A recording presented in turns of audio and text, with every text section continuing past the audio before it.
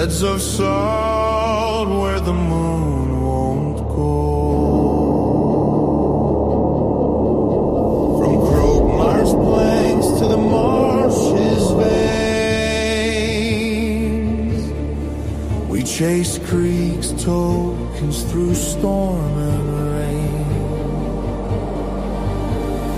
Whispers call from the deep, where the backward waters run. Keys of seal, stone and song, the hunt's just begun.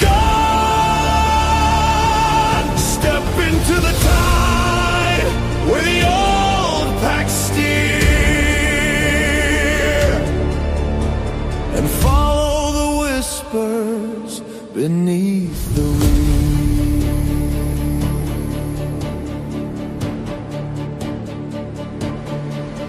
Past the wraith-lit fog and the crab's dark key, where the backward water pulls dreams to sleep. Now the vault below calls deep and long to claim the key's third song. Whispers call from the deep, where the backward waters run. Keys of seal, stone and song, the hunt's just begun. Step into the tide, where the old pack steer, and follow the whispers beneath the wind.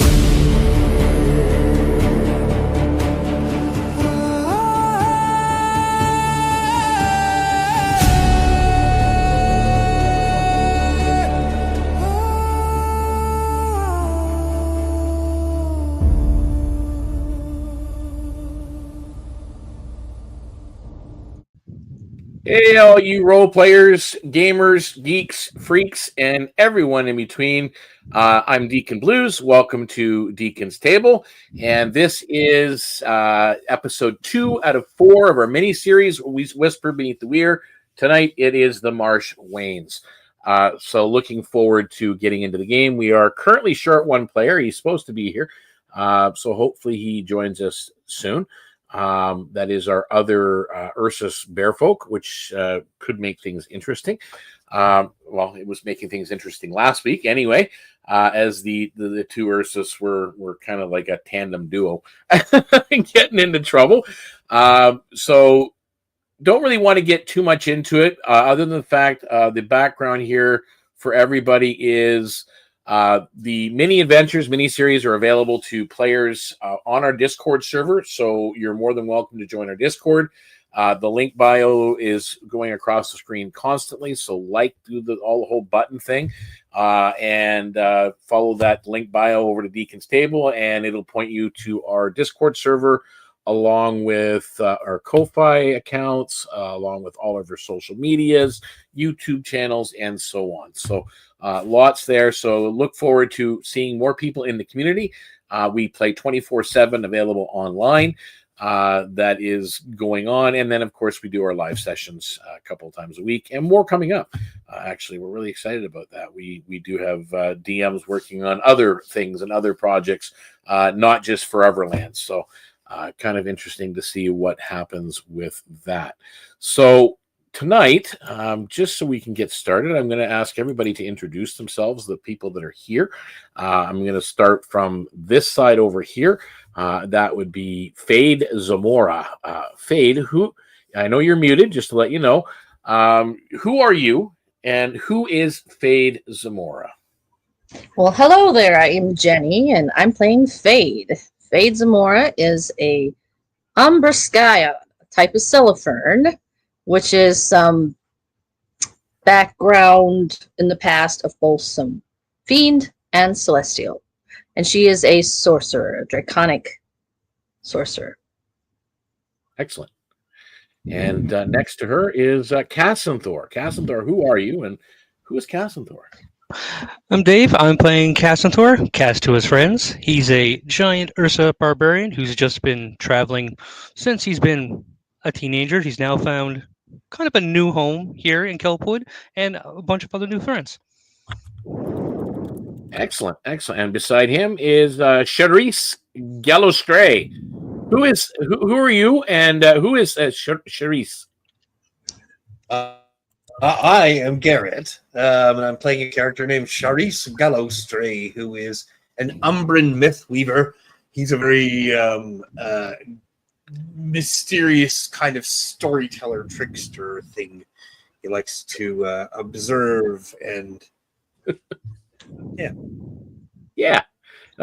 First time actually we've had an Umbran. I haven't quite figured out a direction for him yet, but we'll get there. You'll get there. I mean, so far the interaction's been fun, and I think the first time we've had an Umbran actually being played. Okay. Brother Barry is just running late. He said, "Don't wait for him." I'm just gonna let him know that we're not waiting. Yeah. Not waiting. Just If you recognize the Umbra in both the subclass of element that Garrett's playing and the subclass of Cellopherne that I'm playing, the Umbra is representing a void aspect of the type of both of those two different races or species. Yeah, you guys are kind of sort of connected in a way. So we have that connection of the affinity to the void. So just to get some of our viewership up to date, the Marsh Wind carries the scent of salt and rot, heavy with memory of the last adventure, the unnatural tides.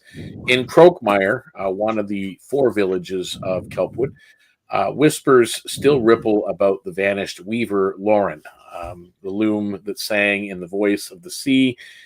Even though you guys managed to solve that dilemma, there's still, you know how rumors work, and it's like a ripple effect.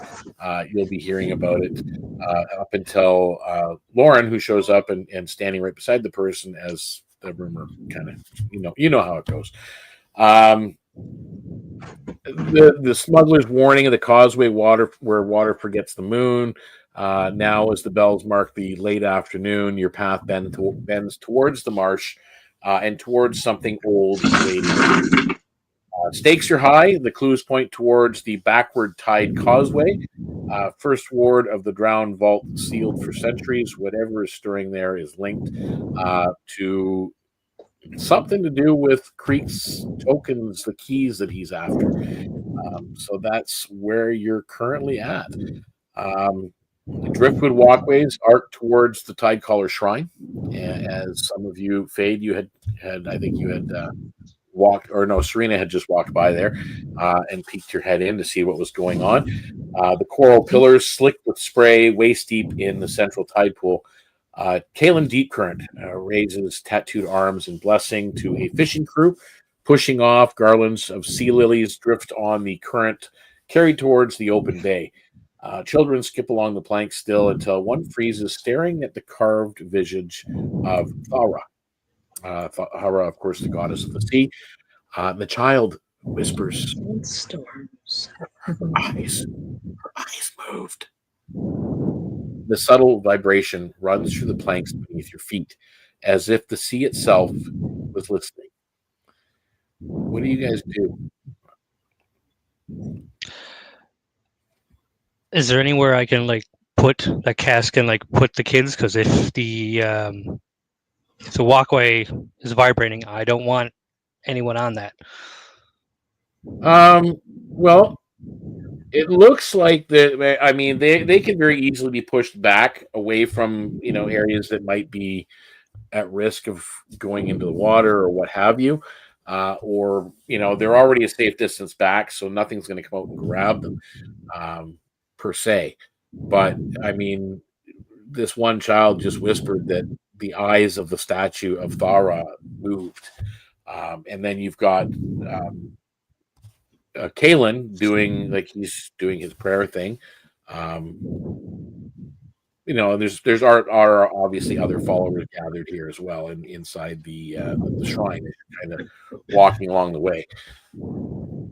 Are we just walking by on our way to investigate where those? Well, you kind of got to go through the shrine, at least the shrine grounds, right past the main area on your way through.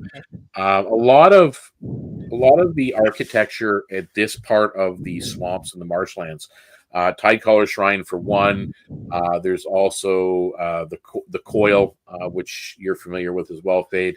They're kind of like overgrown within the roots of the mangroves and cypress trees, and some of them are even older, where bits of coral are still lodged in the marshlands, come up through the waterways, and these plank causeways and decks run everywhere around the area. So you're kind of going through. So are you guys just ignoring that situation and proceeding, or? No, what you said, the child had said there's the eyes of the statue are what now? She said they moved. Okay, so they moved. Which can I sidle up to the little child and kind of bend over and say, which statue are you talking about? She points directly at the main carved statue of Thara, goddess Thara. And then I'll ask, what do you mean that they've moved? Like, where were they originally? I'm gonna try to get her to kind of tell me what. She just kind of explains that they moved, like they looked around the crowd that was here, the gathering. I mean, you're looking at the statue now, and from where you're standing, they look like it's carved out of like stone and coral that have been kind of melded together. Really nicely carved, but they're just stone eyes that you can see. She said she's saying that they look like a person's eyes looking at Fate says Thara has her eyes everywhere as we are by the sea. Roll me persuasion, Fate, as you say that. Anybody else doing anything anything with Kaylin? Anything? I'm just gonna keep the eyes on this statue and just watch it to see if I can catch it moving at all. That's okay. So, you can roll me an investigation roll, Yeah, Charisse. And sorry, what was that on the persuasion? 14. 14. The crowd that's gathering, there was a lot of. As you were saying that, there was a lot of, again, you found Pulpwood to be a very superstitious community, and very easily triggered by rumors. So they were already, as soon as some people heard the girl, like you guys did, already a ripple of rumors were going around, and there's a lot of fear that was starting to be instilled. But as you say that, you seem to have calmed the crowd. Oh, good. Okay. What did you roll for your? I rolled a 17 with guidance. 17 with guidance. You kind of watch, and you're watching, and you take a step closer, and you kind of go to the side, and you're really paying attention. Everything's dry, like where the statue is. Like, it comes up out of the water, but I mean it's a statue. But right around the eyes, there's very dark, brackish marsh water, like a residue around, like a dampness around the eyes. It's not anywhere else on the statue. Do the eyes look like loose? Like, does it look like they are not part of the statue? Like somebody could pop them out? It looks like a solid piece. No, okay.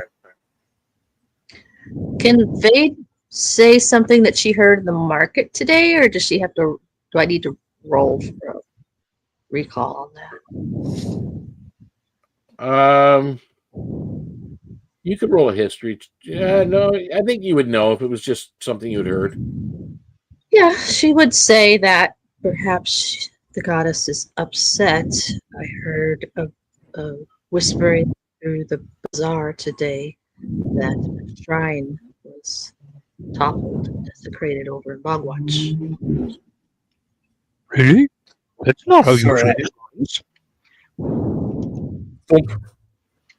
thump, thump, coming down the one of the causeways off to the side. You hear them long before you see them. These very large toads, and riding them are a pair of bogwatch wardens. They are mounted on these reed brown toads. Their slick oilskin cloaks dripping marsh water.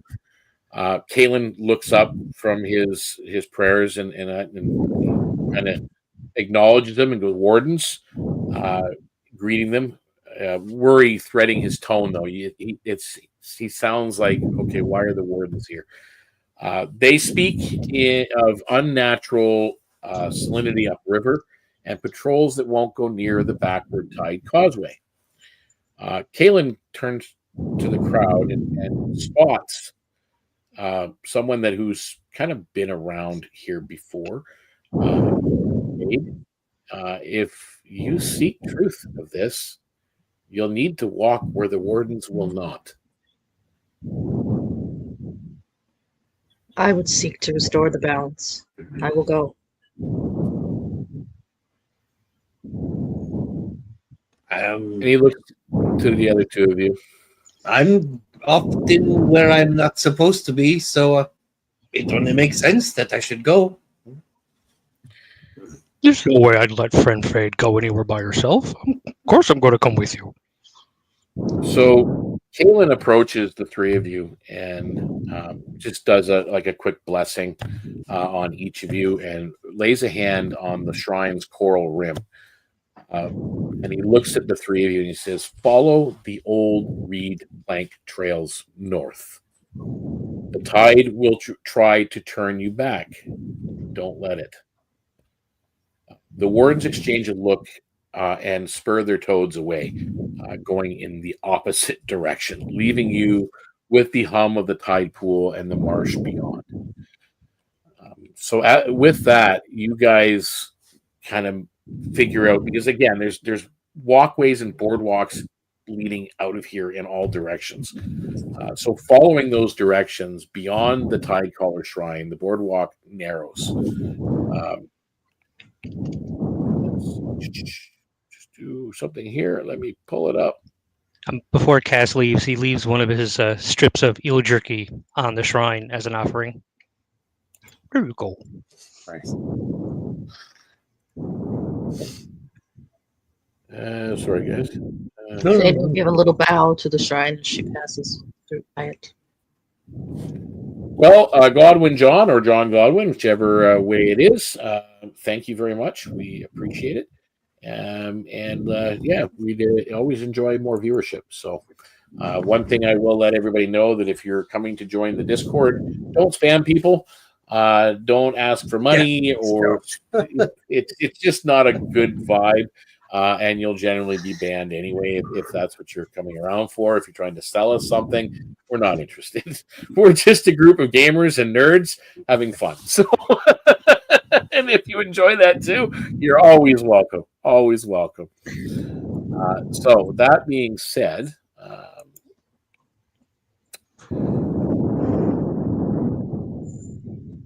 so as I mentioned, the boardwalk narrows.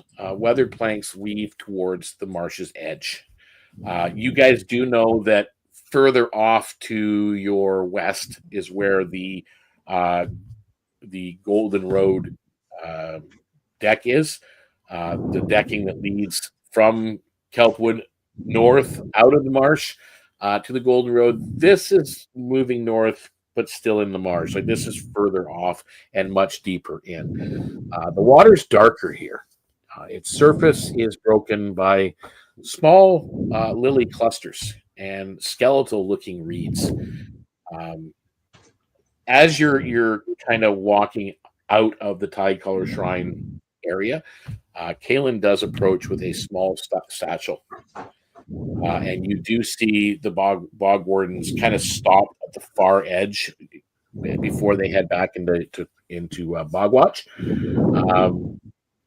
And he says, "If you mean to follow the causeway, you'll need more than courage. The marsh tests all who walk it." He hands you this pouch, which has got marsh herbs in it, a little bit of there's a bundled piece of oilcloth, which can be unfolded into a tarp, and then he also hands you a bit like a 50-foot coil of rope. So he hands you that as you move forward. How are you guys proceeding? Is anybody scouting, or are you just walking together? Maybe the Cass- probably take the lead unless Cass wants to. No. We'll probably kind of trail out a little bit with maybe 5 feet between them. Yeah, Cass isn't too familiar with the area, so he would definitely try to do something to, I don't know, help them find their way around, or at least learn the area. Okay. Roll me a survival check, and if anybody wants to help, they can. I'll help. Cass roll. I think I'm just trying to be as stealthy as possible. Like I said, I don't know the area, and so I'm cautious. Okay, you can roll me a stealth. That advantage was great. Thank you, Fade. 24. Oh, wow. Nice. As the area, this thing gets narrow, and part of the walkway goes under the water, Very nice. and like the water goes over it, and it's hard to follow at times. But you do find at one point a faint trail that kind of goes through the reeds. Your feet are wet, like you guys are sometimes knee deep in water and muck, because some of the planking has given way at this far out stage. But you managed to make it through, and without getting lost or getting bogged down. No pun intended. The winds do shift, and they carry the scent of ozone from the north. What did you roll for stealth? I rolled a 26 with guidance. Wow. It was an incredible roll. Okay. We don't Sharks see. go. You are pretty well hidden. At first glance, even your companions, as you look around, you guys don't really notice where Charisse went. However, notice, and like having to do a double take a few times, both Fade and Cass can roll me perception checks. Yeah, it was a 19 Net on the die. 20! Nice. 8. Okay, well, the nat 20. That's a 24, Fade, yeah. You notice behind you, probably a good 90 feet or a little further, and surprisingly quiet. You see those two bog watchers, the wardens, on toes at a distance, kind of still watching you as you're moving forward.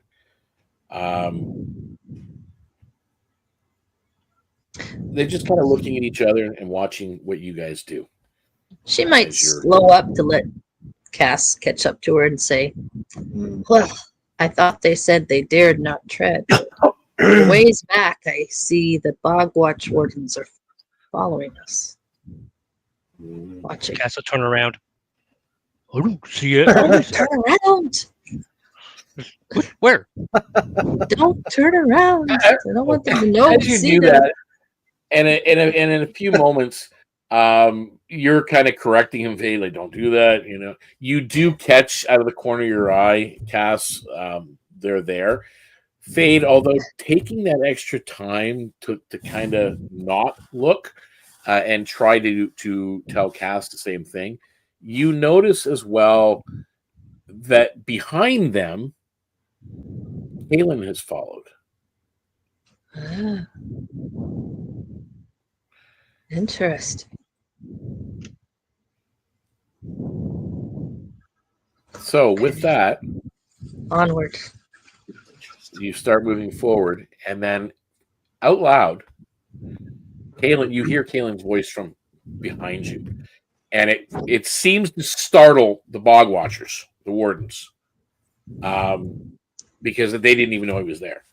And then he just says, "I can go no further to make sure you're safe. Follow the planks until they turn to rope bridges, and then you are in the causeway's reach. May Thara guide your steps, and you actually see him to turn and walk away right back where he came from. And at that, the wardens kind of look surprised and look at each other, look at you, and then they actually do turn a little bit. And you don't know if they're leaving or whether they're just going further back. That's fair. I'll take some guns. That's cool. Yeah, the So we boardwalk kind of does know where dip, the as I safe said. boundary is. Yeah, it seems to be about here where they really start to get where, again, because as I said, the boardwalk is kind of sometimes it's in water, sometimes it's winding in odd places. It's very narrow. It's worn out. You've ended up in water a few times and in muck. The boardwalk does dip into shadows as the marsh kind of swallows it. And swallows up all dry land. Anything that's there, it's just covered with muck and moss and water. Reeds whisper on either side of you. You do feel that there are still planks beneath your boots, although you feel a little bit less certain with every step forward you're taking. And you also, in a distance, you hear the slight murmur of thunder in the distance. So you guys are now. Can we tell if it's a storm or if it's like the other clouds to show that there's a storm coming, or is it just weird noises that sound like thunder? It's I'll actually make me a survival roll. Cass will help. Yeah, because if there's no clouds in the sky and we're hearing thunder, that's not okay. Well, where you're at, it's kind of hard to see clouds because there is a lot of tree canopy in the marsh and it is getting dark. So, yeah, true. 16. So what did you roll with advantage? 16 with advantage. It's got. At first, you're not sure. Because if it is a storm, it is quite a bit at a distance, and you're not really familiar with the area just yet. But then Cass points out he's been here for a while now. There is that smell, that ozone smell in the air, like when you can kind of smell that there's a storm brewing. Sure. He points it out, and that's what all of a sudden you're like, okay, that's real thunder. It's not okay. Just, cool. Okay, I'm less concerned. The plank trail sways above dark water. The boards are still slick under your boots. Reeds hiss and sway, whispering against each other as the wind pushes through. To the north, you can now see an opening in the tree line, and where be there. You see clouds roil darker than the marsh should allow this early in the evening, and a big fat raindrop splashes against your cheek, and then another, and then another. Fade calmly gets out her oil slicked rain cloak and puts her hood up. Yep, and the cloak tight around her. Okay. So you are pushing forward. What about the other two? Are you doing this? Are you doing anything to prep? Or are you? Cass's fur keeps him dryish under it, so he's just walking. Okay. Are you guys just kind of move more quickly? Are you doing more cautiously? Are you looking for a place to get out of the rain? No, we don't think we're going to be able to get out of the rain. I don't think we have much chance of that since we're looking for stuff. I think we probably go more cautiously, don't you guys think? Yeah, it's going to be more slippery. Yeah, we should more slick. More slick. Yeah, the rain covers up noises, and so I think I'm just going to be paying more attention to our surroundings and making sure nothing is sneaking up behind us or something like that. Okay. It'll be more difficult to hear footsteps. And watching the dark waters. I need everybody to roll me a survival check. Yeah, I'm worried about things sneaking up on us. Although, come on now. 15. Ew, not good. Sorry, guys, that was a 7. Okay. I'm going to use Threat of the Trickster, which allows me to re-roll a d20 Okay. because I rolled really badly. That's not much better. 9. Okay. So that is 2 failures. So as you guys are moving forward, and you are watching your surroundings, however, not necessarily watching your footing as you're going. As you're kind of watching more of the storm and behind you and the marsh, and you slip a little bit, and you end up basically with you're soaked. You kind of slip and fall, and you're covered with bog water. Did he give us that herb pack for a reason? You're not sure what the herbs do, unfortunately. I sniffed them. You've smelled similar herbs before. You've smelled similar herbs before. You just don't know what they do. If your druid companion was here, he might. Yeah, he would know what they were. Yeah. So, we miss you, Brother Bear. This bog water soak you have basically gives you disadvantage on your next Constitution saving throw versus exhaustion. Okay. Because you're you know what I mean. You're heavily laden down. Oh yeah. You are moving forward and continuing your way. And stealth is now no longer an option. However, I do need everybody to make a nature check because you were watching the environment around you. Come on, something better than 2. That's a 15 for me. That's better.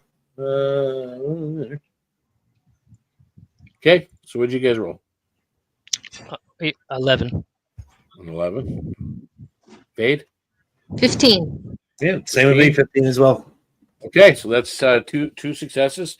You guys managed to make your way through. You watching nature, you know that the storm is going, you know that therefore waves are probably coming in from the coastal region and pushing their way forward. You avoid some of the water rushes that come through the area, and you make it past that particular section.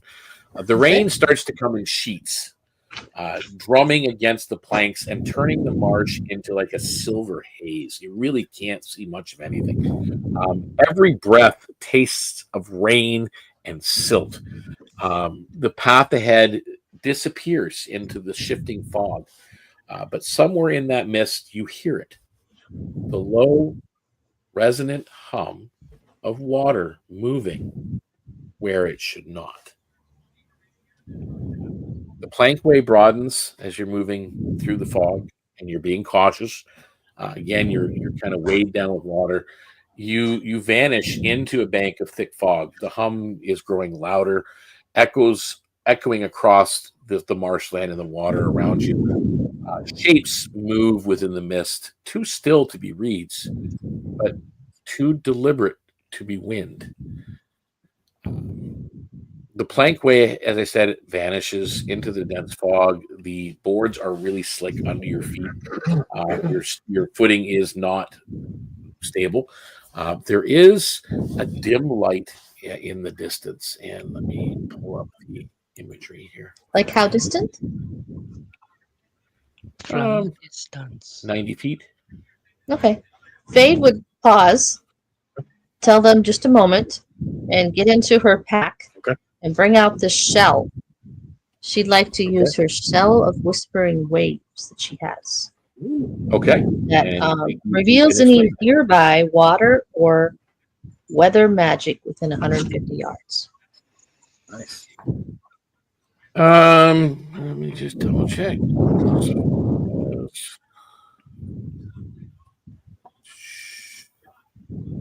There's a water elemental standing right behind us. No, that's not water. So it's water or what was the other? Weather. Water or weather magic within 150 yards. There's no. there. And no, neither one of these classify as water or weather. So as you are moving, you're kind of going forward, and this dim light sways in the mist, almost like with the wind. Yellow at first, then seems to go cold and pale. As you step closer, but a tall, gaunt figure in tattered reeds drifts into view. A lantern swinging from one vine-wrapped hand. Around it, shapes rise from the water, slick with muck and trailing marsh grass. I need to know what you're doing. Are you rushing in? Are you kind of holding back? Or like this does not look friendly.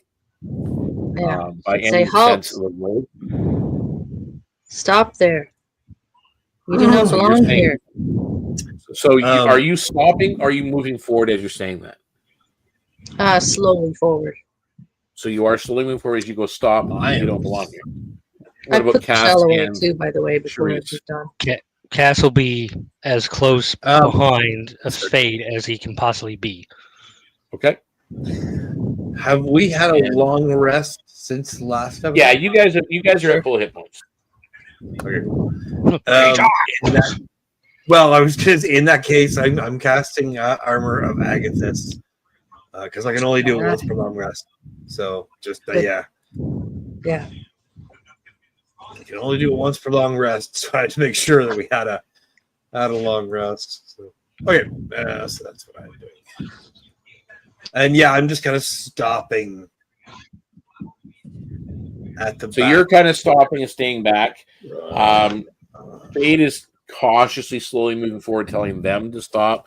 And then Cass is by her side.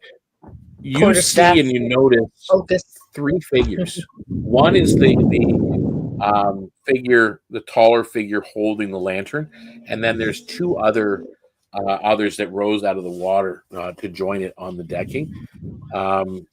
And again, they're taking up the deck, like the causeway, the planking going forward. So if you want to get in, just to let you know, if you want to get any kind of flanking bonus or anything like that, you're going to have to go into the water itself and into the marsh and move around it. Anything ranged beyond 30 feet are all at disadvantage because it is fog cover everywhere. How wide? What's that? How wide is this plankway? Right now, it's about 4 feet. This is say it looks forward. Pretty narrow. So we're pretty much going single file. You can double up if you're like really tight. Like if you're where Cass and Fade are probably sharing a space, but barely. Just because he's kind of crowding her. That's fair. You know what I mean? Yeah. But yeah, it's definitely not going to give. If Cass pulls out his weapon and does a swing, he's going to hit Fade. So that was that kind of deal right now. If So you want as to do you're- range, just tell me to duck and I'll sit down there. Duck. So with that, I need you guys to roll me initiatives, please. Initiative. Yeah, isn't that fun? That's the Wow, you get to do the dice thing. not doing You my get to roll usual the- good rolls tonight. 16. Okay, so Cass, 12 for you are Fade. 16. Fade is 12. I also rolled a 16. Okay, so who's got the higher dex? Oh, mine would be 3. Well, my modifier is 3. Yes, so was mine. Okay, roll off, guys. 1. Oh, Maybe God. Can you just Are say, be gone? Kidding me? You rolled a We're 1? on the I rolled a what? Did you roll a 1? I rolled a what? Yeah, so did I. Oh my goodness, I'm guys. not joking. Okay, you're gonna have to roll again. I need to know who's going first. Okay, 19. 19 on that one. Okay. So That's Cass, it. you were doing that. So and I rolled a hilarious. keep rolling the same numbers. Yeah, yeah. Yep. Oh, that's too funny. Okay, so with that, they're not doing anything other than that one with the lantern is moving steadily towards you as a group, and the other two are there. And I need you all. Where is it here? As you're staying where you're at, so you get up to about 20 feet away from them, Fade. Okay. And so you're still at 30 feet back there, like Sharice, so you're behind, like 10 feet behind them. But I need everybody to make me a wisdom saving throw, please. Oh dear. Not like that. Oh. 21. Oh no. Oh, give me a. Oh dear. Who's Nice first? gel. Oh, that's. Well, I already know the cast passed. 16 for Fade. Okay, so Fade, you're fine. And what about No. Sharice fails? I Well, rolled he's a for the natural back. one. Oh, Oh dear. Yeah, I got a 4. I rolled a natural 1. So Sharice, you're standing back and you're You watching are your not companions. You're watching your companions move forward very, very slowly. They only get about 10 feet ahead of you, and then your gaze shifts to the figure in the front with holding the lantern, and you seem to be mesmerized by that lantern and how it's being held by a vine and it's swinging, and it goes from like an orangey, like fire hue to like a white light, and all of a sudden you move 30 feet forward. just You sprints. like Oh, not a sprint, like you just walk, like not even cautiously. You just walk 30 feet right up to the front of them. they get here. What are you doing? Sharice, A sudden- get back here. Gust tears the fog apart in a heartbeat, revealing the face that you're standing in front of at this point, Sharice. Sunken sockets burning with cold fire. That lantern's glow flares, casting twisted shadows across the planks as the two other figures surge forward past the lantern holder, moving past them towards you. They are revenants, and they are moving with reed charms rattling in the wind. So as they come forward, they are going to get a free attack on you at this point. That's really unfortunate. Foul and dead. Yeah, So no. undead. Where's their claws? So a 6, that's going to miss you. And jeez, another 6. That one's going to miss you. So both the revenants miss you, Sharice. You're kind of mesmerized by the lantern, but you kind of dodge out of these clawed things that came out of the swamp that are slashing at you. Now at that top of the round, Cass. It is the top of the round. You see this. You see Sharice walk right past you and Fade, walk right up to face this thing, looking at it and looking at the lantern. And these two, you can now see them as revenants. They are undead. And they kind of walk through their friendly space, the thing in front of them, and they take swings and miss Sharice as they do so. So what are you doing at the top of the initiative? Would Cass know that Sharice is being affected by that lantern? Because he was not. Make me an insight check. Oh, well, that's kind of. Am I essentially charmed? At this point, no. Okay, You were compelled to just move to that but lantern. I'm not. So I'm free to do what I. Yes. Okay, cool. I just wanted to make sure I didn't have to make any saves or what have you. Okay. No, Cass. I only got an 8. So. Yeah. So you have no clue what's going on. In that case, Cass will rage. Yep. Now, Is there enough? Yeah, if I were to jump into the marsh, there would be enough space for me to actually become large. Oh yeah, you can jump into the marsh. Like you're not sure how deep it's going to be, but you've been into the marsh waters before, and when you're raging, it may be waist high in most cases. All right. So as Cass rages, he gets that thunderous roar, and when he draws his sword, you can see it vibrate again. Now he's within 20 feet of Revenant, so he throws his great sword recklessly at the one to the right of Charisse. Wait, Okay. Charisse? Yes. Do not roll a 1. All right. yeah, Say, yeah.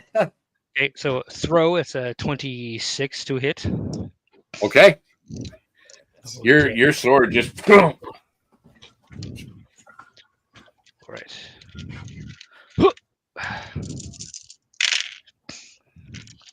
7, 6. So that's 6 radiant damage, 7 nice. thunder damage, so 13 damage, and plus 8, so 21 damage to the Revenant. Oh dear. Okay. He looks bloodied for certain. As you see, Cass's sword just reappear back in his hand with a thunderous explosion. He heads up and takes a swing recklessly at the same Revenant that he threw his sword at. Yes, that is a hit. I'm assuming 25. Oh yeah. Yep. Da, da, da, da. All right. 6, 11. So 6 radiant. Okay. 11. You as you hit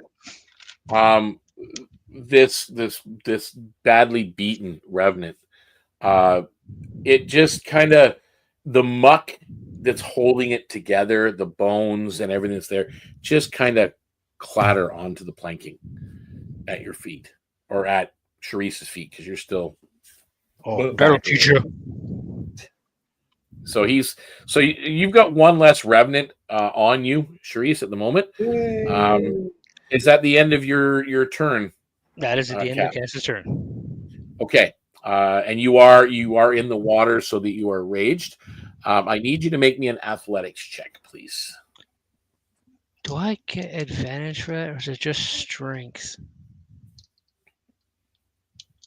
No, just strength. 21. Okay. You're in the muck. You are about waist deep. You are essentially right now in difficult terrain, but you're able to move as you're there. Next up would be Charisse. Cool. It is fairly dark out. It is dark, but Okay.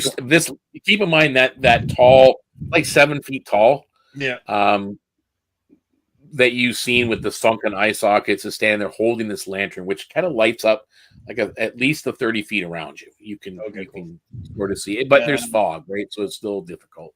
I am going to use my class feature Liminal Step, which is essentially Misty Step, but I have to transport to an area with dim light or darkness. So I'll transfer 30 feet away from, or teleport 30 feet away from him. Back or on the other side of him? No, backwards. Yeah, you know what? On the other side, actually. I shouldn't have asked you that, but I'm trying to give you Yeah, on the other side, actually. Yeah. Yeah, and then that's my bonus action. And then as a I will cast, and that kind of changes things a little bit. I'll cast Eldritch Blast. Okay. Yeah. On a Revenant or the other thing? I'm gonna go with the other thing. Okay. Whatever that thing is. I think I get 2 beams. So I have to roll separately for the 2, right? Yes. Okay. Yes. So what is my spell attack? +5, so 16 and a dirty 20. Okay. And what type of damage is that? Or that hits? No, that's just a hit. Sorry. So 16 and a dirty 20. Yeah, they both hit. Okay, cool. I think it's a D10 force damage, but it's 2, so it's 2d10. The first one. Sorry, that's cut. The first one is. And then you. Oh God, Eldritch Blast. Sorry. It's been a while since I've had to not use Beyond, and so I'm making sure I've got all the damage. Yeah, 1d10 force damage. Yeah, it is 1d10. Okay, so it's just okay. So four force damage for the first one. Yep. And then the second damage is much better. 8 force damage. Am I adding my charisma modifier to that? Did you take agonizing blast? I did not. Okay, so then it's just straight force damage. Okay, yeah. So then 4 and 8, and they're both going on that. Not the Revenant, the main guy, I guess, if you want to call it that. The Lantern Wraith Matron? Yes. yeah, whatever that is. I don't like you and your lantern of weirdness. Okay. So that is one. That's your turn. Okay, that takes us to me. The one Revenant that was on you, even though the one has fallen, the other one now ignores you because you've set your attack on the matron, and it now moves towards Cass in the water. Sorry. And it's moving freely. It's not reduced in its movement at all, Cass, as it comes towards you and takes a swing. And it Bring it. 21 to hit. Oh, that hit. And that is 6 plus 2. 9 points of slashing damage, which I think it's half for you. Half 4. Yeah, you are ranging. You must make a Constitution saving throw, please.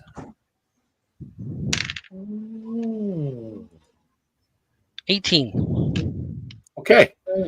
You're in the muck, and this thing moves towards you, and as you're trying to dodge out of the way, and it hits, and as you're moving, you feel your movement just suddenly tighten, like your muscles tighten, but then you kind of shake it off and you move forward. So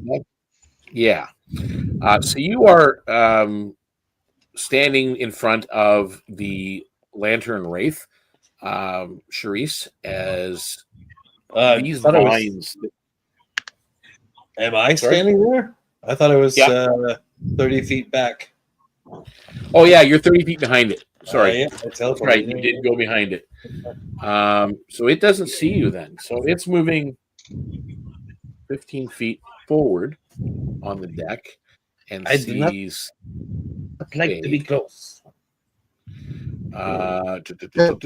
Lantern Wraith is? Yep. You see the same thing as it now gets closer. You see these sunken eye sockets. Does it move past Cass? What's that? Does it move past Cass? I do have a 10-foot reach and Sentinel. Yeah, you are in the water, but yes, it is going to be moving past you. All right. So you will get a opportunity attack. Whack it. But at the same it's pole time, arm or something. I'm just checking its trait here to see. So you're within 10 feet. I think, that would put.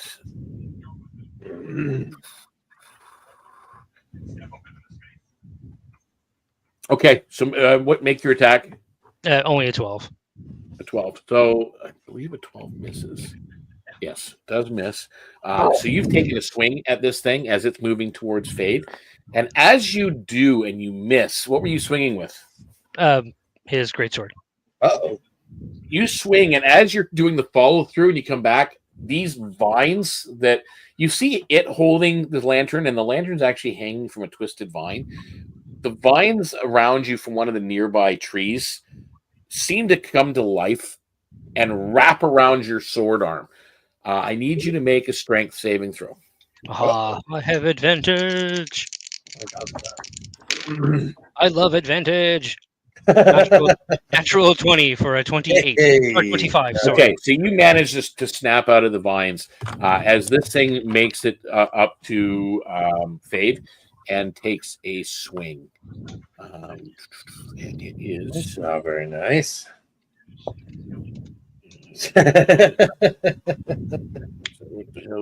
13 plus 6, 19 to hit. Shield. Oh, so this clawed hand tries to come towards you, and it just bounces off your shield. And you can. Well, you're a sorcerer, correct? So Yes. you can almost see this nasty necrotic energy dripping from its claws. Not a very pleasant thing to be looking at, for certain. That is their movement, and that brings us to Fade. You're up. Well, since it's now right in my face, I was gonna chromatic orbit, but that's kind of a ranged attack. So, and I think I'm gonna try a shatter right on it. Okay. Give me a con saving throw. Oh, You got it. where's my check on shatter? It does damage. 22. Will he roll? A 22, so of course he passes. That 20 plus 2. Oh, damn. Holy crap. Like, dang. So let's see. Hold on. Never mind. Come on. Hey, DMs get to roll nat 20s too. I didn't have it ready because I changed my mind at the last minute. I apologize. Yeah,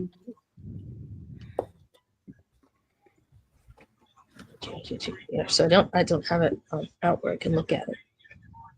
Sudden loud rigging noise.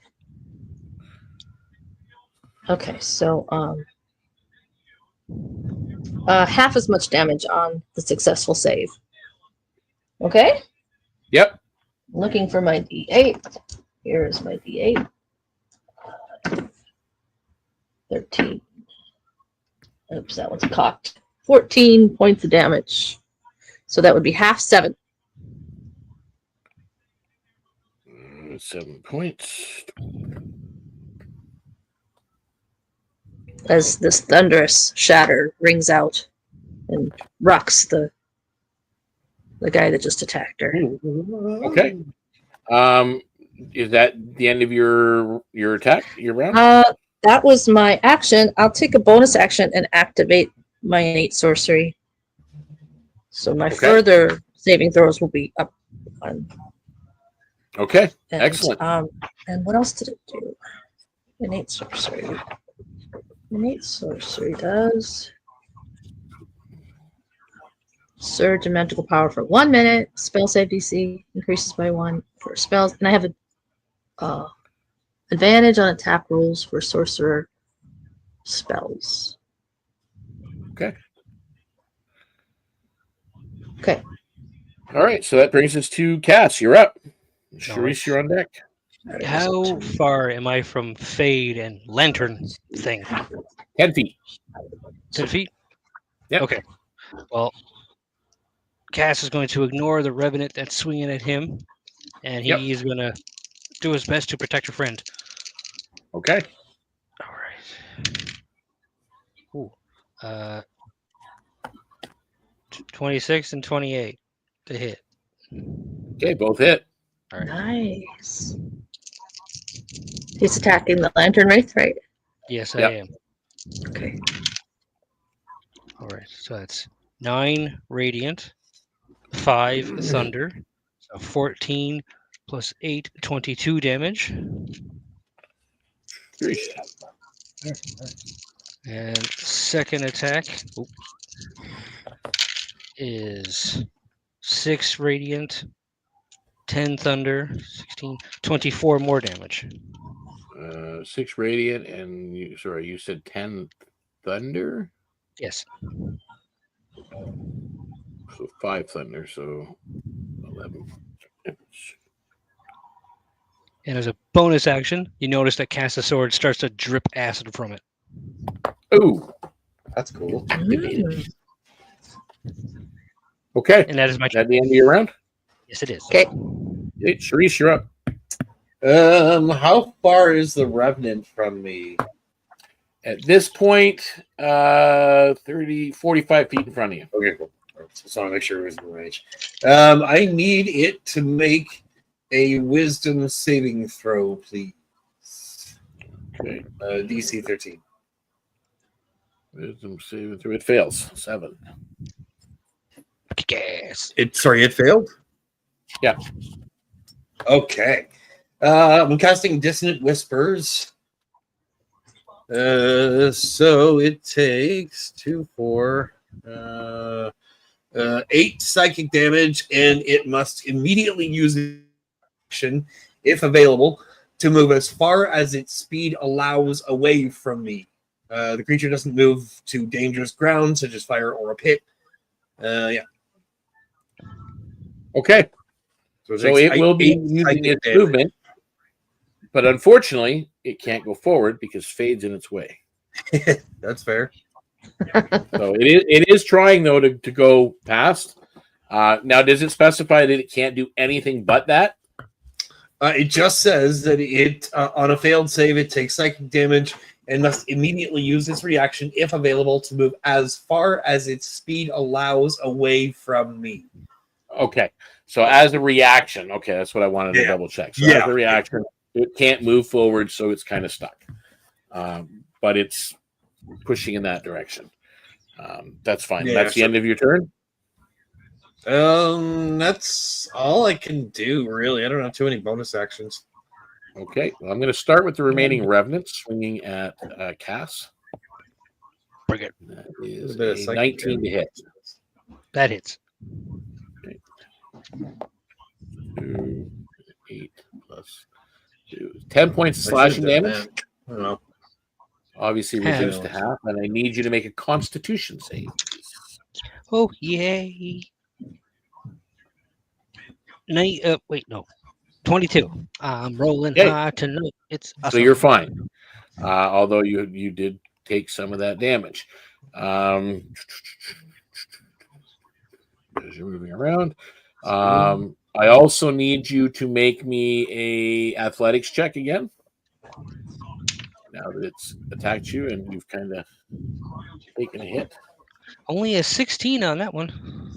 Okay, you're finding it hard to maneuver, which is probably why it hit you. Like you're kind of like the water's here. The water's not the problem. It's the silt and the muck underneath that you're really getting bogged down in this quagmire, which is what it actually is. Now that brings us to the Lantern Wraith, as it is going to make an attack on Fade. And that is a 18 to hit. Nope, not if my shield is still working. Is shield not an instant, like a one-shot deal? I thought it lasted until my start of my next turn. I'm not sure. Give me 1 sec. Can somebody look Because I that know up? you activated it last time it attacked you, and I think it only works for one attack. Yeah, it lasts for 1 round. Yeah, so it's down. It lasts for 1 round, but it hasn't come back around to my turn again. That's why I didn't know if it worked. Well, you didn't cast shield on your turn. You cast it as a reaction on its turn. That's why it didn't hit you last time. Oh yeah, until the start of her next turn. She'll have 5 okay. days. I think it's still up. active. Yeah, I thought so. Okay. I thought it was still the start of my turn. And it's when it's within 5 feet of me. Oh, wait a minute. What he's saying though is that I cast shield and then I attacked it back. So that was the start of my next turn. Oh, yeah, so it's gone. Yeah. Right? So it's gone. Yes. You're right. I get you. Sorry about that. Okay, cool. It's okay. So it hits you. Yep. It is 2, 6, 6, 12, 17, 20 points of necrotic damage. Yeah. And a Constitution saving throw, please. Ouch, kabibble. Okay, Sentinel says within 5 feet I can make an attack, but I have reach. Are we still gonna? Yeah. Would I be able to use Sentinel to hit That's it. Now, Sentinel gives you an attack as a reaction. Is that what it's doing?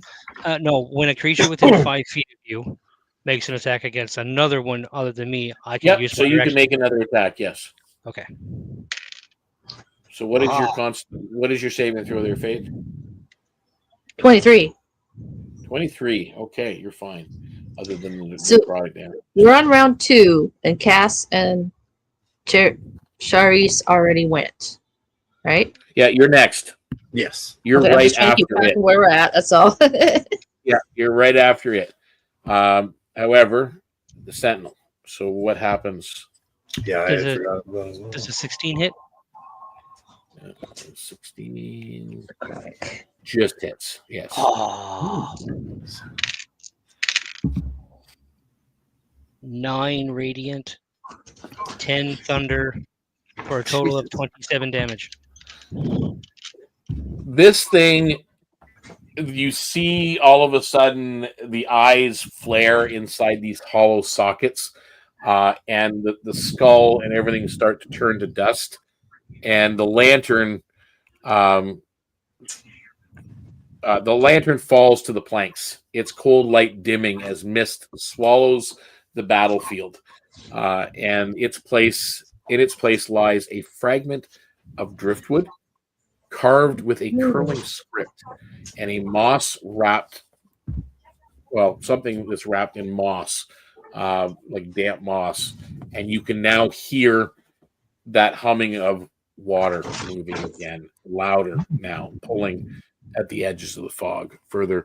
Now that even you're especially where you are, Charisse, because you're like 45 feet closer to the water, you're hearing it. It's somewhere close by the water, and it's moving, and it shouldn't be moving like this. What is everybody doing at this point? What happened to the other revenant? Is it still there? Oh or yeah, did I it forgot go? about him. Never mind. As I said, I think they're still alive. Damn. More death. Get it. Yeah, I forgot about him. So it is. So yeah, that thing went and it missed and died. But the other remnant is still Hey, gets to whack It the other one. misses How you. far away is it? it's like right in front of Cass. Okay, 10 feet Like from you. 10 feet. Okay. In the water. And it misses you, Cass. And now we are at the top of the round. Cass, you're up. What? Doesn't Fade get turned? Oh yeah. Yeah, Sorry, Fade. yeah. My bad. Okay. Fade's right after. So she gets to attack that Revenant as she sees the lantern wraith turn into this piece of driftwood. Then she turns her attention to the other remaining Revenant. And now she's gonna blast that thing. I'll do just a chromatic orb Chromatic first orb? roll of fire damage. Fire. Okay. Yep. So I need to roll chromatic orb. That is a 15 to hit. That hits. Okay. Get him, Breed. That is 7. Ooh, I'm rolling good.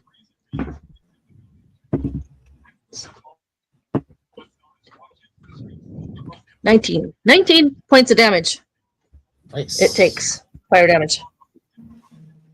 It's still up. At the end of your turn? Well, can I say that was my bonus action if I use my last 2 sorcery points? Or use 2 more sorcery points to have bonus to action quicken casted it? Can I say that now? Sure. Sure. I'll allow it this time. I should have said that. It's just that the new rules, I forget that I have to do the Yeah. quicken casted leveled spell first. No, yeah, because I can't do a quicken casted after I've already done a leveled spell. So it's confusing. Merciful God. So, that was your So bonus I'll action. do a how about a sorceress burst at it Okay. and send more fire into it. Did it seem to take full damage from the fire? Yes, it did. Yes? Yeah. Okay. Not increased or anything, just full damage. Yeah. Oh, by the way, Cass and Charis might notice that Faye doesn't seem to be as hurt as you thought she might be for that thing having Clotter before it died. It's a That's good good thing food you and made stuff. your dog save, though, I can tell you that. Okay, so like this. If you would have failed your saving throw, that would have been a whole different ball game. That is a dirty 20 to hit, That hits. and that is 13 points of damage. And the same thing, this thing, the skull and everything, muck just fall into the water with splash. Yay! So they're You won't down. stop us. Yeah, had you failed your save when the lantern thing hit you, Yeah. you would have lost 20 points from your maximum hit points. Ooh. Ooh.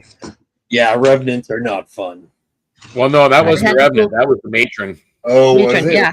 Yeah. We'll Yeah, find it's life drain, and Oh, it takes your God. maximum HP. Yeah, I had to go find a cleric with greater restoration to fix that one. That the, cost me a the penny. revenants give you paralysis for a full minute. Oh, Jesus. Yeah, Insta crits. So, you guys Yeah. did pretty well considering. I will point out to the rest of the party that the rushing of the water, that weird watery movement sounded larger from behind me, or like from an area near me. Okay, let's go investigate. I'll Castle look for Grab. kind of movements Yeah. in the water. Yep. Can we look around and see if they left anything where they dropped? Would I pick up that driftwood piece? Yeah, As evidence? Yeah, it's something just like you don't even know what it is. It's a piece of like a fragment of driftwood that it's carved with that curling script. Like you've seen this curl before. Yes. This is kind of like different. It's like there's more to it. Not just a symbol or a glyph. It seems like there's more to it. And the piece of moss, there's a token wrapped in it. It's Yeah. heavy and damp. Again, you don't quite know what it is, but you Collect have that it. to show to the Kalen guy. Is that what his name is? Kalen? Yeah, Galen. I think so. Collect all that so we can show him that when we get back. So the fog at this point is thinning a little bit as you now catch up to where Charisse is on the planking, and I'm assuming, Cass, you get out of the muck and the water, And shrink back down. bring back down.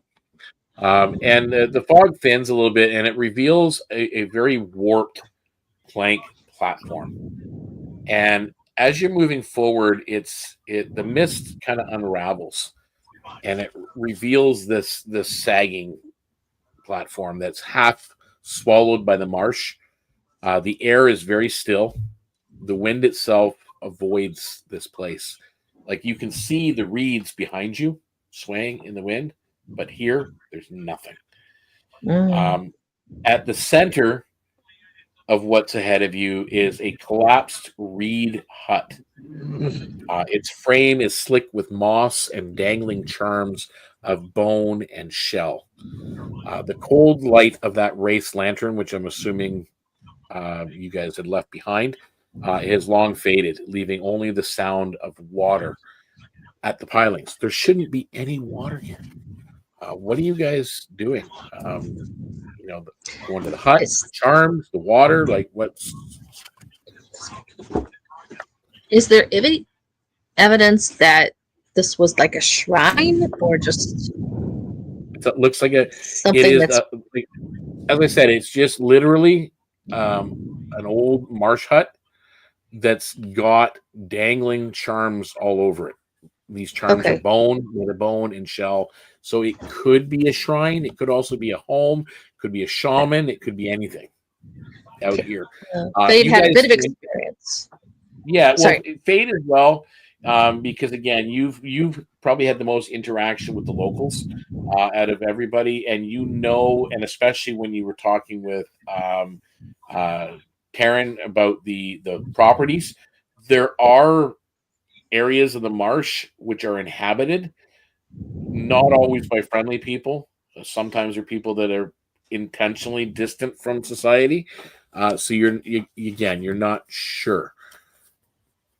So what are you doing, Trying to Charisse? determine. Not really sure. I think I'm just looking around for the water. Like I hear water move. So you're checking out the platform edges and looking down? Yeah. I can hear water moving. So I'm looking for something that would be causing that. Some kind of movement in the water, maybe, or something. Okay. You're inspecting kind of the edge of the platform, looking down at the water. Make me a perception roll. What about Cass? What are you doing? Cass is gonna look at the charms. He's been collecting charms since he's got here, and he's wearing all of them. So he's gonna check out the charms around this collapsed hut. Okay. I think Fade would join him because she wants to see, like she did on Stewardship Day, if there's like a renewal of a vow stone. So you can either each roll, or one of you can help the other. It has to be an Arcana or a Religion check. Oh, So I will give you advantage on those. I am nope. Okay, I have a fair amount, so I'll roll with advantage. Okay, so I'm going to go back to Charisse. What did you roll on your perception? First 23 roll was guidance. better. Hey, hold. Yeah, Arcana, Religion. Just hold on to that number, Fade. So you rolled high on your perception, Charisse. Yeah, so 23. You're looking down over the edge of the platform, and you're being careful. The water is running backwards. It's not going inland, like the waves aren't going in. It's actually moving back towards the sea. Strange, and it is still that brackish, murky water, and you see something submerged in the water. It looks like a square piece of wood, something under the water. So we'll get back to that. So that's what you've seen. What did you roll on your check, Fade? 22. You identify all of these as warding fetishes against vault-bound spirits. One has a glyph on it that you've seen before. It's Creek's glyph. Yep. So it's dangling there. All right. So what's everybody doing? So you've spotted something under the water, Charisse. You guys have identified the charms. Again, you haven't really gone towards the hut or anything like that. We'll start with Charisse. What are you doing? Are you saying anything? Are you doing anything? I will reach down and grab the mysterious. You will have to get into the water. That's fine. Okay. So you jump into the water and you start moving it, and it's a crate as you get down there, and you're in the muck, and it's not pleasant to be in, and you're already soaked anyway, but now you're covered with like literally marsh muck.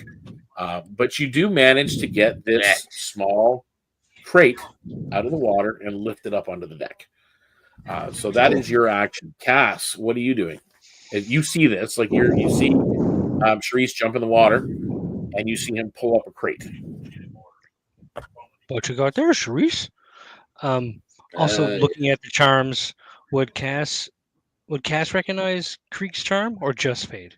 No, because you offered assistance. You both, because you were kind of like having a discussion and like back and forth while you're examining. That's what it is, and it's Creek's glyph. Before he heads over the Charisse, you'll pluck off the glyph and just take it with him. You snag that. Okay. What about you, Fade? What are you doing as Cass? Fade is trying to see if there's anything that she can do to restore the ward. Is there an obvious break? The wards are all active. Okay. They're not they haven't faded. They're not worn. Okay. The fact that this hut is still here, and those things where you just went through them, they haven't. Doesn't look like they've been here disturbing the place, so they must be working at some point. Good. All right, so I guess go over and edge near where Charisse went into the water. Did you find anything? I have discovered a box, but I don't know what's inside yet. Can I check the box? It up? No, it's sitting on the deck or the okay boards, I guess. I heaved it Can I check it to make sure that it's safe to open? Yeah, there's no lock on it or anything like that. Like it's just no, it's but a, if there's any a crate. Okay, I'll lift up Yeah. the top and look inside. You kind of pry it open and open it up. Yeah. Inside the crate, you find something wrapped in oilcloth. Or not, sorry. Sorry, wrong spot. A deck of many things. Sorry, there is a moss token inside, which some of you have seen before that are valuable in Kelpwood. And there is a hand-drawn map fragment that you don't know where it's leading to, but you know it's a piece of a map. Does this We found some of those happen to before, match- right? I was going to say, does this happen to match the other map that we had found previously? Yeah, we found like 2. Well, who's got that I piece? think it's Cass probably has it. Cass, you still have that other piece of the map? Cat starts searching his bags. One sec. Possibly. Oh, yes, I do. So hold them together and compare them.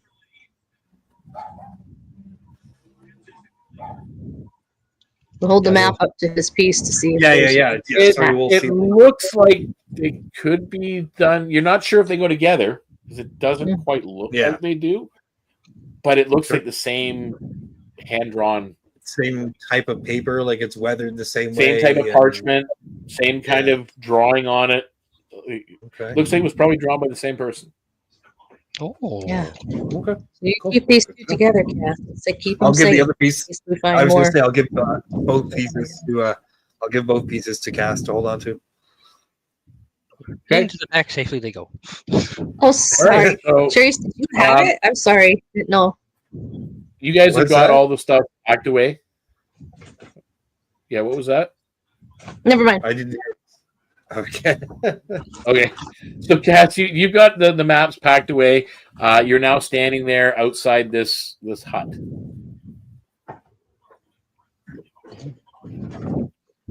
So which way is? Well, I guess you said the water is going back out towards.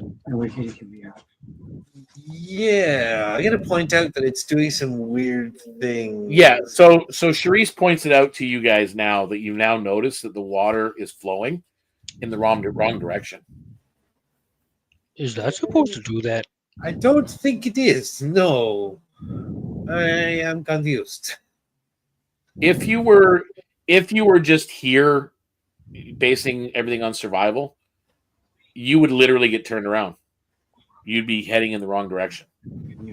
Yeah, because the water's going our way. Do you think this is part of that causeway that we were at before? Continuation of it, where the water runs backwards? Yeah. Yeah, we're supposed to find a rope bridge somewhere. Yeah, he did say go as far as the rope bridges. I haven't seen any of those yet, have we? Make I will a look for perception rope. check. Oh God, I will Look give around someone the an rope advantage. bridges.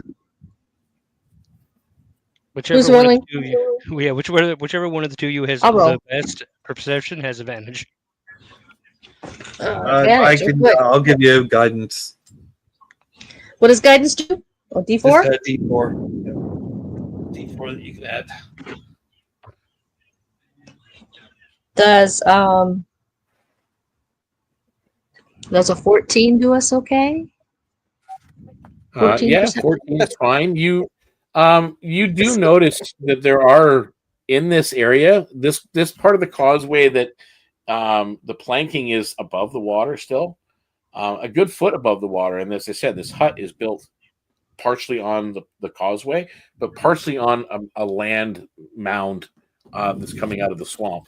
And you do see rope bridges leading off from the causeway in different directions. I mean, you could, if you don't know where you're going right off the bat, it could get really confusing if you're not careful. So we go the opposite way that the water's going. And then we'll be going the right way, even though it doesn't look like it because the water's not going that way. Right? Cass would just nod. Yeah. Okay. You could be, but Yeah. again, as I said, you guys are standing on this causeway.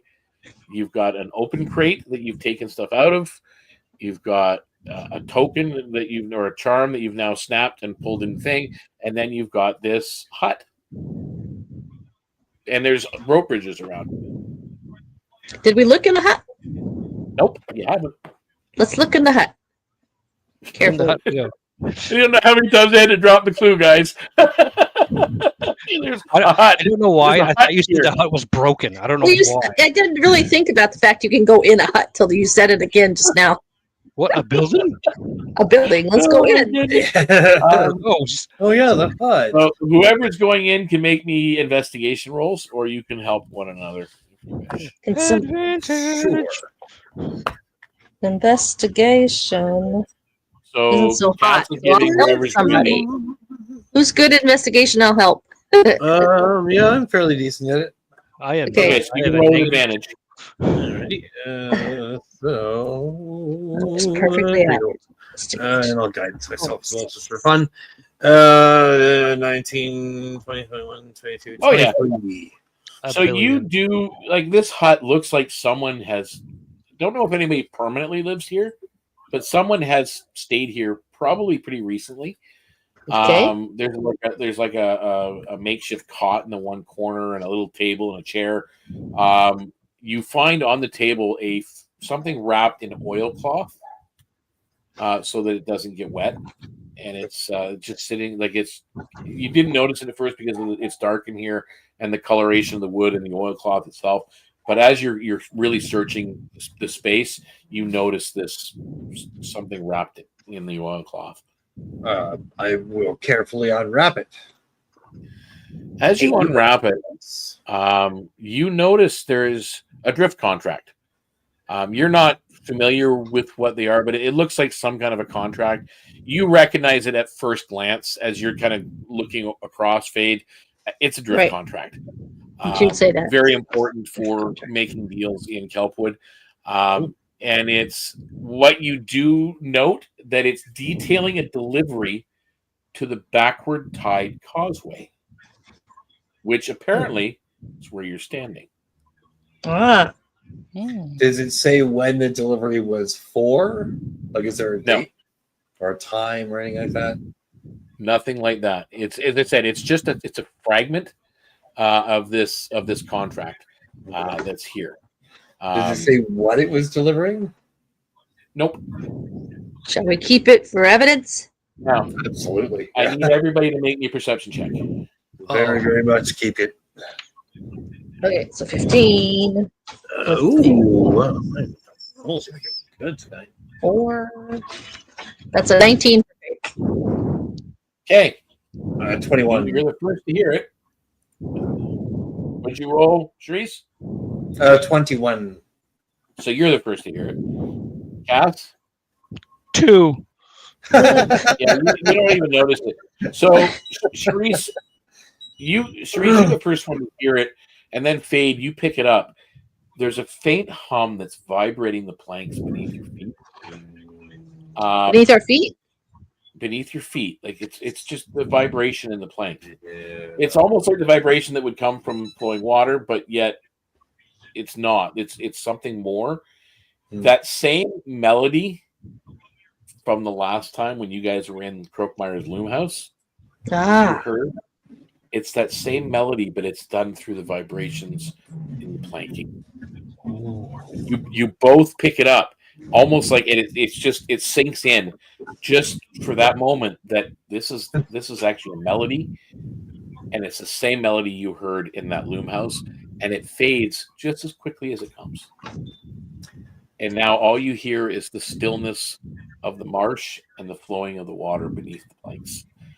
In your hands, of course, you have the drift contract fragment, which is proof of something being delivered here.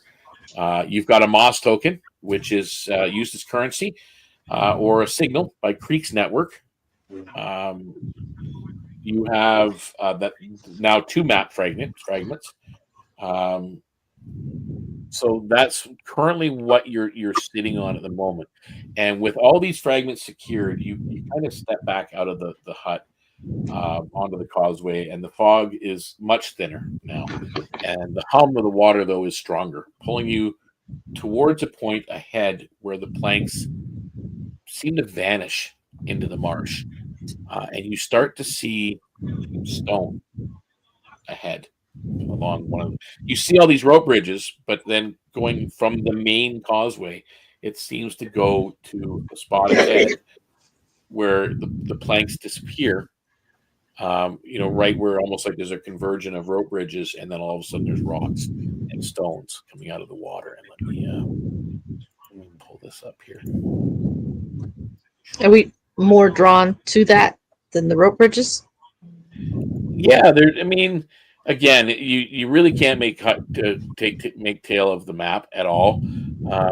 But this, you're kind of seeing it, and you're not moving forward onto it as of yet, but you kind of see it where the last stretch of the plankway ends at a scatter of ancient stone blocks that are covered slick with moss, and there's bits of coral that have crept up the sides of them. Here, the marsh opens into a kind of a wide expanse of still water. Its surface is rippling against the tide's natural course. It's almost like where the tide is coming in, and then there's a ripple. But then as soon as you go back onto the causeway, the tide is reversed and it's flowing out. It's kind of a really weird natural sense that you're getting, that this area just seems to have this ripple effect, pulling inward towards the shadowed outline of a broken causeway further ahead. There are faint glyphs that glow along the sunken stones. Their light shifts in rhythm with the reversed current. What are you guys doing? Are you kind of camping out? Are you just moving forward, letting the Move glyphs? forward. Could I use my illusion to try to recreate the music that I heard?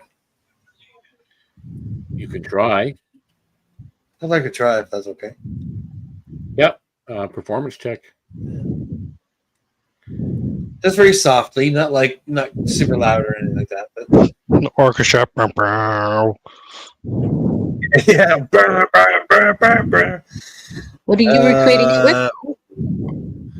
Minor illusion. Oh. And I'll guidance myself just for fun. Good. Okay, so 25. Okay. I'm pretty good at performance. So as you recreate this melody, and you guys all hear it, the glyphs that are on the stones, as Fade has already stepped onto the first one, because she said she was moving forward. Mhm. You see the glyph on the nearest stones as this melody is being played.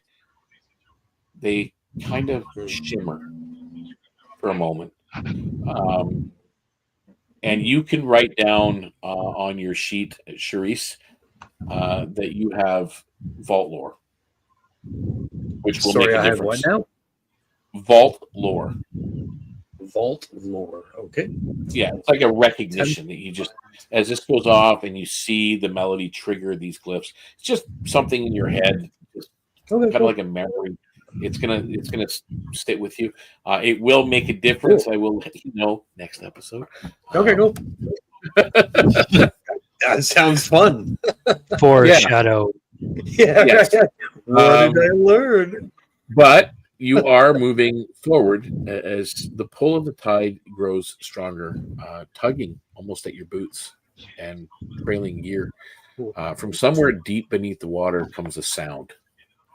And you guys know now it's coming from, again, you're in this still area and you're stepping on these glyph marked stones heading towards this other piece of causeway. It is a sound, and it's not a roar, it's not a song, but something between the two. And as you're being careful and you're looking at the water as you're watching your step, shadow stirs in the water. It's vast and it's slow. and the glyphs flare with sudden light before fading back to just their steady glow. And the causeway is a threshold to the vault's outer ward. The glyphs are weakening, and something vast stirs below. And with that, we will end episode 2. Dun, dun, dun. Hey, Dun, dun, cool. dun. Very cool. Yeah. So with that, everybody will take 700 experience points each. Sweet. Billion. Sorry, how many? How many? Timey-wimey 700 each. Oh, you go. next time. Make sure I write that down. That's cool.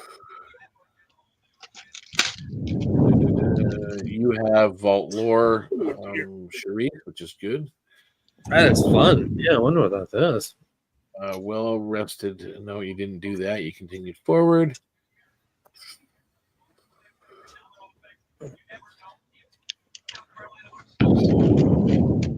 Oh, you guys did. You guys turned over that smuggler from the first episode, correct?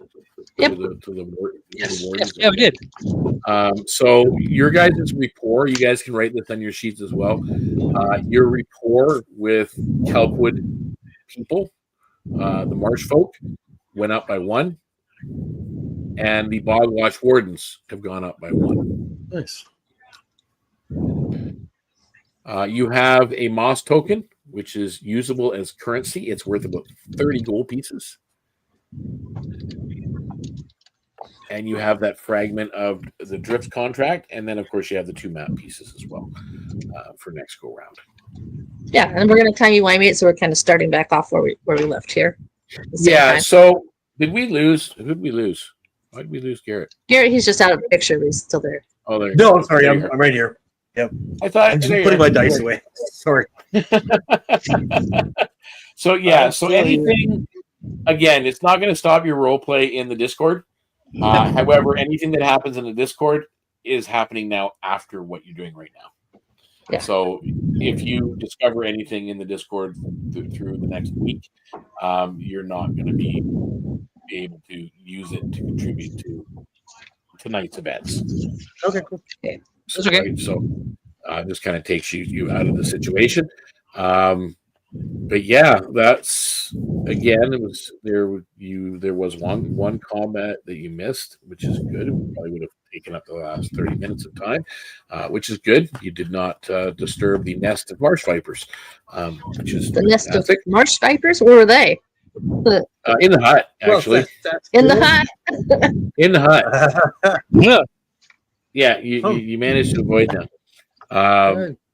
So that was, you guys did quite well on that. So I'm glad everybody seemed to enjoy the episode 2, the Marsh Wanes.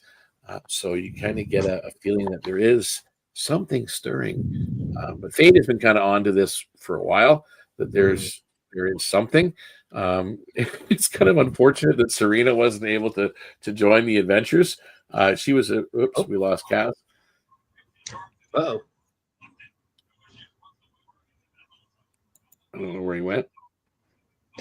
Serena, because of what? Oh, Oh, there we go. Yeah, she was supposed to join us, but she couldn't make it the first that's episode. So brother Bear jumped in, and which is that's good. right. Yeah, Okay. so which is interesting because she's the only one so far, and it hasn't come out in play, that she's the only one that kind of knows something about what's stirring beneath the water. She also knows something about Cassanthor's little friend that he's kind of taken to protecting. Uh-huh. Yeah. Yeah, the fact that whatever that boy can do, he's either Keep doing it. controlling or calming whatever's under the water. So, yeah. And there's lots of stuff going on. So again, for everybody watching, thank you for watching and tuning in to watch the episode. We appreciate it. It all helps. Hit the like, subscribe button, all the rest of that fun. Follow the lnk.bio /DeaconsTable to our link bio page, which gives you links to everything, including the top link, which is our Discord server. Join us in the Discord. Be one of the fellow geeks. And if you want to role play, come join us in the role play 24/7. But there is lots going on. There is that repeating symbol now that Fade's noticed, the spiral symbol, the lights in the water, the movement in the water. There's also something that has gone missing from the playhouse, the Moontail Playhouse, the mask that is missing. And again, that's at play. There's also the item that went missing off the cutter of the Scarlet Reaver. It's at play. So there is lots of role play going on and available in the Discord server. Some may be turned into mini-series adventures like this, because I do have the next mini-series already done and written. It's ready to go after this 4-parter. Well, most of it. I think I'm missing the final episode. But still going to be taking a week off after we do these. So we got 2 more episodes of this series, and then we'll take a week off, and then there'll be a sign up for the next mini adventure, which may or may not involve this storyline. It might not involve Creek at all this time around. So Fade has a bit of an idea of what's stirring under, because she went to the what's that giant skeleton place called? Leviathan's Coil. And she saw that they were doing some sort of weird ritual, and they were trying to call something from the deep to rise up. Cult member. So she figures this is something that they managed to try to raise up. Yeah, I can once it's discovered fully by more than just Serena, I can release the information package on what it is. I don't want to really share too much on it. At this point, I think Serena is the only one that is actually physically seeing what it is. So it's kind of hard to explain what's going on there.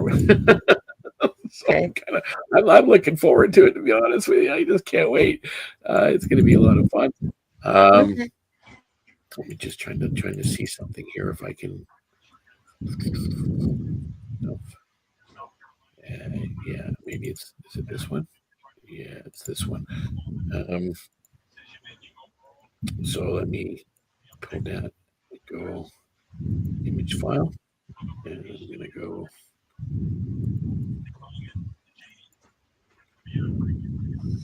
I got too many directories and too many files of everything. Never. Oh, I need it. I must have it. Give it to me. Boy. That's neat. What's that now? That's a big boy. That's it. Oh. What is it? That's my new pet. Considering all 4 party members, including both Ursa's folk, could easily get on the back of this thing. Yeah. Very cool. It's bigger than a dragon. Just to let you know. He's a big chunky boy. Well, it's bigger than the average dragon. It's not bigger than an ancient dragon. So, is it bigger than blue whale? we will carry on a discussion for a few moments, but in the meantime, I'm going to end the stream, guys. So again, thank you everybody for watching. Thanks for tuning in to part 2 of Whispers Beneath the Weir, the Marsh Wanes, and the party moves on next week as we continue the adventure. So until next time, guys, may all your rolls be critical, not just a 20, but also the 1, because a 1, especially for DMs, is just as much fun. So we'll see you next time. Bye for now, everybody. Ciao, ciao. Bye-bye.